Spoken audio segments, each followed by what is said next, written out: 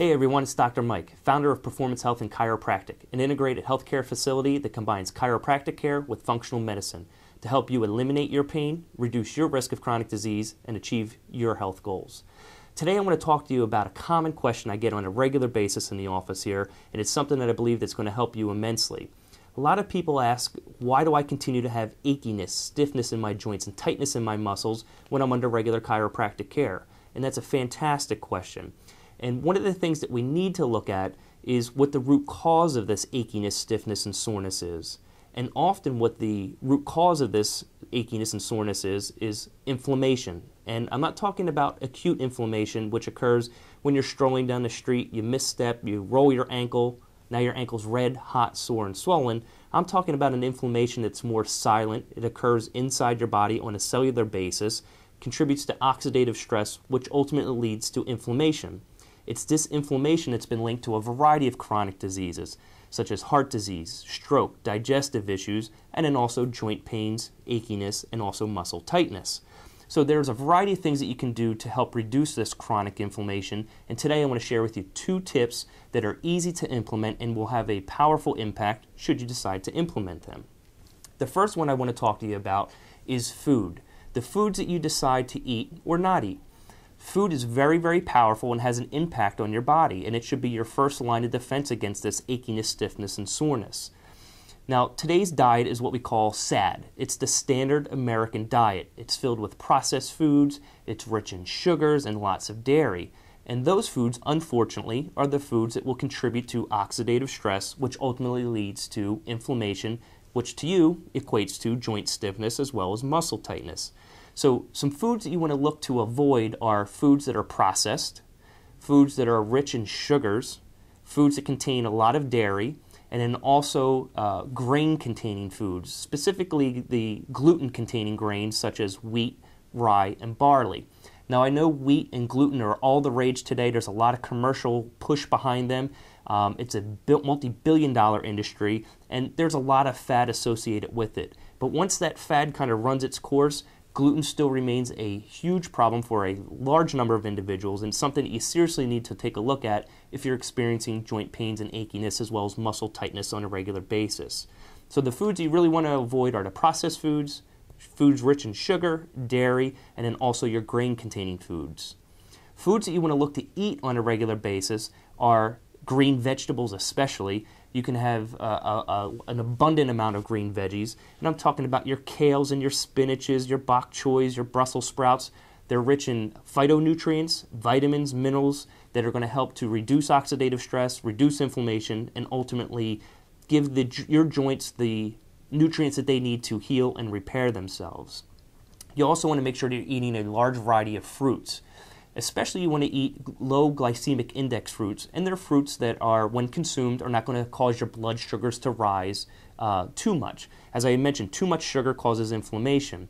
Natural sugars in fruits can become problematic if you consume too much, but if you're eating low glycemic index fruits like apples, pears, and berries, you're not going to get such a rise in sugars, and therefore, again, you're providing your body with ample nutrients to help your joints and reduce that stiffness and achiness. When it comes to beverages, plenty of good, clean water is first and foremost, but you also want to look at and consider green tea. Now, we don't want to add any additional sugar to it, of course, but green tea is also rich in antioxidants and phytonutrients, which are going to fight off oxidative stress and inflammation. Also, with foods to eat, you really want to make sure you're eating plenty of essential fatty acids, EPA and DHA, and they're found in foods like fish, nuts, and as well as seeds. So your number 1 tip to combat stiffness, soreness, and achiness is make sure that you're eating the correct foods and avoiding the wrong foods, as we just discussed. The number 2 tip that you need to look at and can be very, very powerful is supplementation. Now let's be clear that supplementation is just that. It supplements your diet. I've got a ton of people that come in that are taking every supplement under the sun because they heard Oprah said it was good, Dr. Oz said it was good, their aunt's, uncle's, cousin's brother said it was good. Just because they said it's good doesn't mean that it's good for you. And supplements are not going to clean up an unhealthy diet. So diet first, supplementation second. So once we look into the supplement world, there's 2 problems that we often see within the world of supplementation. And we'll talk about that in future videos. But the first one is that people are choosing a poor quality supplement, meaning what the bottle says is in it is not actually in it. The second thing we need to look at with supplementation is the dosing. And this is where a lot of individuals will go wrong, where they're following what the dosing on the bottles recommends, and for that individual, it may not be a high enough dose. Again, I'm going to talk about this in a future episode here, but for today, I just want you to be clear that you need to pick good quality supplements and make sure that you're dosing them appropriate. Now let's come back to supplementation, joint stiffness, soreness, and muscle tightness. What supplements can help reduce those? So one of the things that you can look at are greens. There's concentrated green supplementation on the market, which are fantastic, especially for those individuals out there that don't like vegetables. This is a great way to get plenty of vegetables into your diet. Again, a good solid concentration of vitamins, minerals, and nutrients, which are going to fight off that inflammatory reaction. We also want to look to supplement with fish oil, your EPA and DHA. A good quality fish oil supplement is fantastic for lubricating the joints, reducing inflammation, and not only will it help the joints, but that it will also help your health in general. You also want to look at supplementation that are rich in antioxidants. Some examples are glutathione, the most powerful antioxidant that's available to the human body, resveratrol, which is a compound that's found in red wine, as well as turmeric, which is a compound that's found in your Indian type cuisine.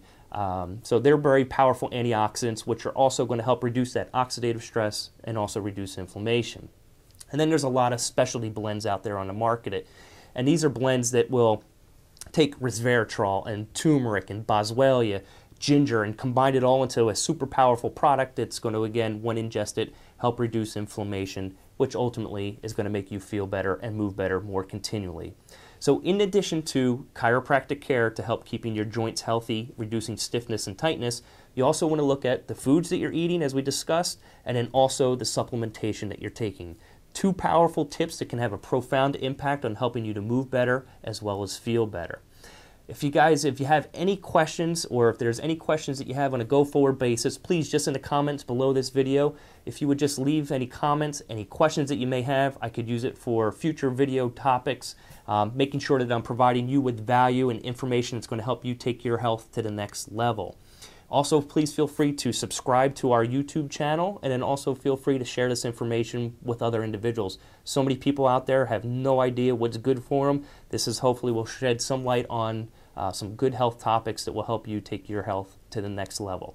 Until we meet again, this is Dr. Mike. I want you to eat well, move often, and stay healthy.